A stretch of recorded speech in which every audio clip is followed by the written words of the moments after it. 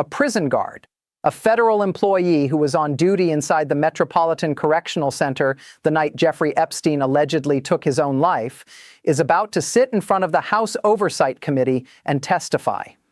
Under oath, on the record, in front of cameras. And here is why that matters more than almost anything else happening in Washington right now. This guard reportedly made suspicious Google searches the night Epstein died. The night the most connected, most protected, most dangerous prisoner in federal custody somehow ended up dead in a cell where the cameras malfunctioned, where the guards were allegedly asleep, where every protocol designed to prevent exactly what happened failed simultaneously, the night he died. And now Congress wants to know what this guard was looking for and why. But that is not all. Because while this testimony approaches, Democratic members of the House Oversight Committee have dropped another bombshell.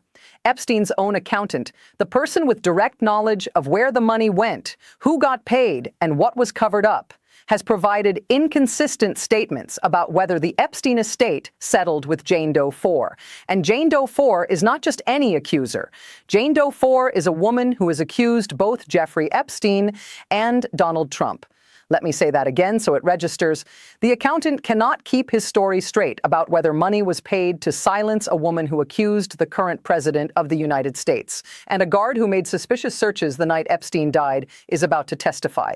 If you think these two things are not connected, if you think this is all a coincidence, I have a dead man's jail cell with broken cameras to sell you. Before I lay out the receipts, let me ask you something directly. If you were accused of the most serious crimes imaginable, and the one person who could expose you died in federal custody under circumstances that defy belief, and then the guard on duty that night had suspicious internet searches, and then the accountant who tracked the money started contradicting himself about payments to your accuser, would you feel safe?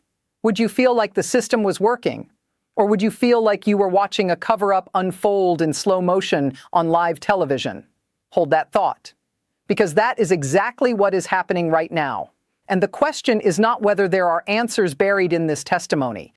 The question is whether anyone in power will be allowed to dig them up, or whether the machinery of suppression is going to grind this into dust the way it has ground everything else. Drop your answer in the comments right now. Do you believe this guard's testimony will produce real answers? Or do you think this gets buried? I want to know what you think. Because what I am about to show you connects dots that nobody else is assembling in one place. And if you want these breakdowns every single day, if you want to be ahead of the story instead of behind it, subscribe now. Because this is accelerating. Let me be straight about something before we get into the evidence. This channel is an independent commentary. It does not work for a party. It does not carry water for a faction. It exists because stories like this, stories involving the most powerful people on earth, stories where evidence disappears and witnesses die and cameras malfunction and accountants suddenly cannot remember what they said last week, these stories require someone to sit down, lay out what is documented, connect the pieces, and refuse to let it get buried. And here is my genuine concern, my real, deep, documented concern. Every single mechanism that should have protected the truth in this case has failed. The cameras failed, the guards failed, the protocols failed, the initial investigation failed, and now, years later, when Congress is finally pulling the thread, the accountant's statements are failing too. Inconsistencies, contradictions, memory lapses about payments to a woman who accused the President of the United States. At what point do we stop calling these failures and start calling them what they look like? A pattern.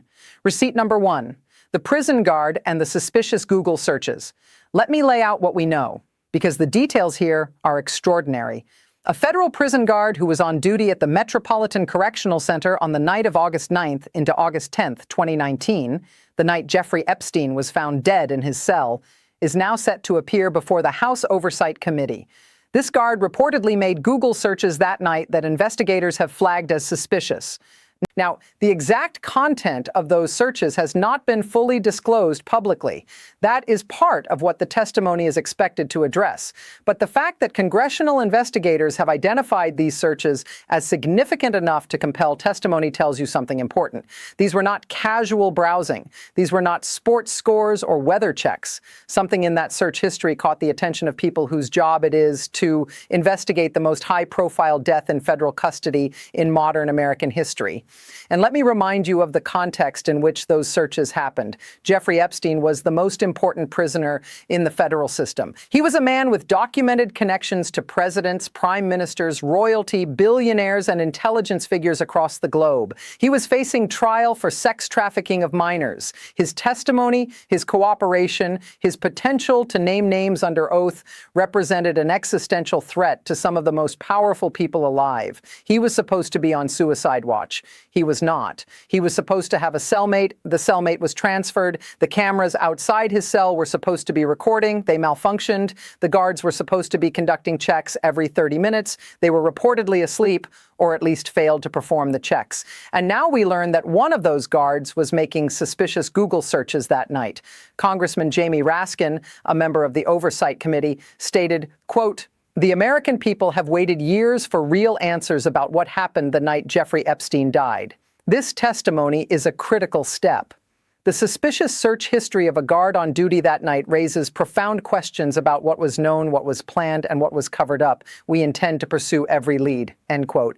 Congressman Robert Garcia, who has been one of the most aggressive voices pushing for Epstein document releases, stated, quote, "We are going to ask this witness directly what they searched, when they searched it, and why. The American people deserve to know what happened inside that facility. Every inconsistency, every failure, every coincidence in this case points in the same direction, and we are going to follow it." End quote. Let me be precise about why this testimony matters beyond the obvious. Congressional testimony under oath is not a cable news interview. It is not a press conference. It carries the weight of federal law. Lying to Congress is a crime. Perjury is a crime, which means this guard, whoever they are, will have to sit in that chair, raise their right hand, and either tell the truth about what they searched and why, or risk federal prosecution for lying. That is a very different calculus than quietly declining to comment. That is a very different calculus than letting the story die. Someone is going to be under oath on the record about the night Jeffrey Epstein died, and whatever comes out of that testimony cannot be unsaid. Receipt number 2, Epstein's accountant and the Jane Doe 4 settlement contradiction. This receipt is quieter than the guard testimony, but it might be more devastating, because it goes directly to the question of whether money was used to silence a woman who accused Donald Trump.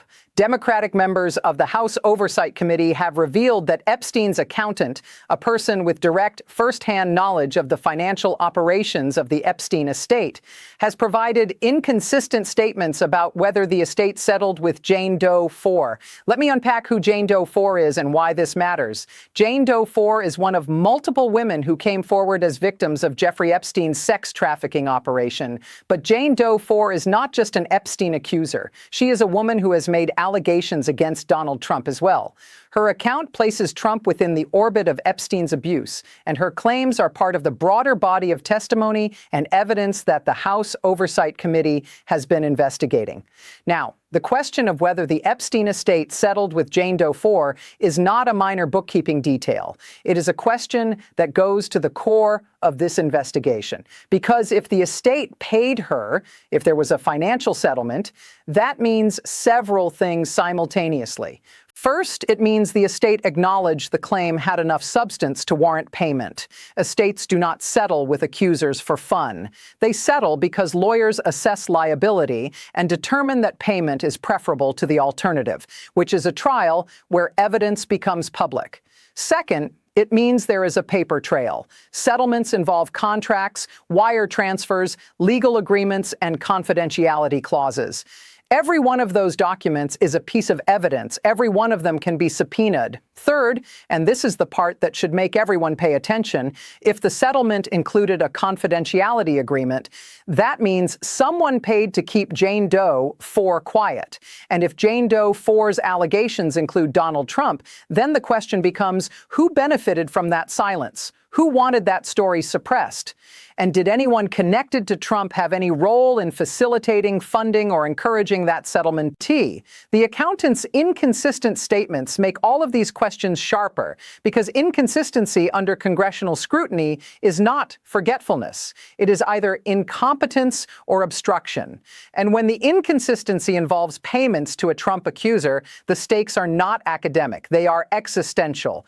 Congressman Robert Garcia stated, quote, "The accountant's statements do not add up. He told us one thing in one setting and a different thing in another. When you are talking about whether the estate of a convicted sex trafficker paid money to silence an accuser who is also named the President of the United States, inconsistency is not acceptable. We will get to the bottom of this," end quote.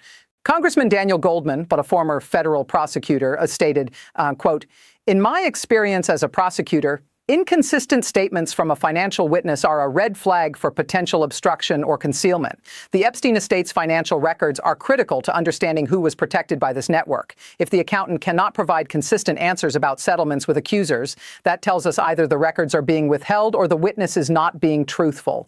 Both demand further investigation," end quote. Senator Sheldon Whitehouse, who has been vocal about the broader Epstein investigation, stated, quote, "There is circumstantial evidence connecting Trump, Russia, and Epstein, and the MAGA Department of Justice is actively shielding Trump from something in those files. Millions of pages remain concealed. Now, the accountant can't keep his story straight about payments to a Trump accuser. The pattern is undeniable," end quote. And here is the connection that ties both receipts together. A guard with suspicious searches the night Epstein died. An accountant with inconsistent statements about payments to a Trump accuser. Both are now in the crosshairs of congressional investigation. Both involve the same network. Both point toward the same question that has hung over this case from the beginning. What is being hidden, and who is it being hidden from? If this analysis is connecting dots you have not seen assembled anywhere else, you are already ahead of most people following this story. Hit subscribe right now. The guard testimony is coming. The accountant contradictions are deepening. The Epstein files are still being fought over, and I am going to break every development down the moment it drops. You need to be here when the next piece lands. Now let me pull the lens back, because these two receipts do not exist in isolation. They exist inside a much larger architecture of suppression that has been operating since the moment Jeffrey Epstein became a liability to the people he could expose. Epstein is arrested in July 2019. He is the most dangerous witness in America, a man with decades of documented connections to the most powerful people on earth. Within weeks, before he can testify, before he can cooperate, before he can name a single name under oath, he is dead in a federal facility, under circumstances that defy every protocol, every safeguard, every basic standard of prisoner monitoring. The cameras malfunctioned, the guards were allegedly asleep, the cellmate was transferred, and the medical examiner's findings were contested by independent forensic experts who said the injuries were more consistent with homicide than suicide. Then the investigation stalled, the files were sealed. The DOJ under both administrations slow-walked releases. When documents were finally compelled by court order, they came in batches. Redacted, incomplete, with critical pages missing or marked as duplicative when they were not. The FBI conducted interviews with credible accusers, including a woman whose testimony about Trump was described by a DOJ source as credible after 4 separate interviews. And those interview summaries were initially withheld from public release. And now, when Congress is finally pushing for accountability, the guard has suspicious searches, and the accountant cannot keep his story straight. This is not a series of unrelated failures. This is a pattern. And the pattern has a direction. Every failure, every malfunction, every inconsistency, every delay, every redaction, all of it moves in the same direction, away from exposure, away from accountability, away from the names that Jeffrey Epstein could have spoken under oath if he had lived long enough to speak them. Drop your answers in the comments. I read every single one. Subscribe, because the guard testimony, the accountant confrontation, the Bondi subpoena, the Lutnick testimony, and the millions of pages still locked inside the Department of Justice, all of it is converging. This is not slowing down. Do not look away.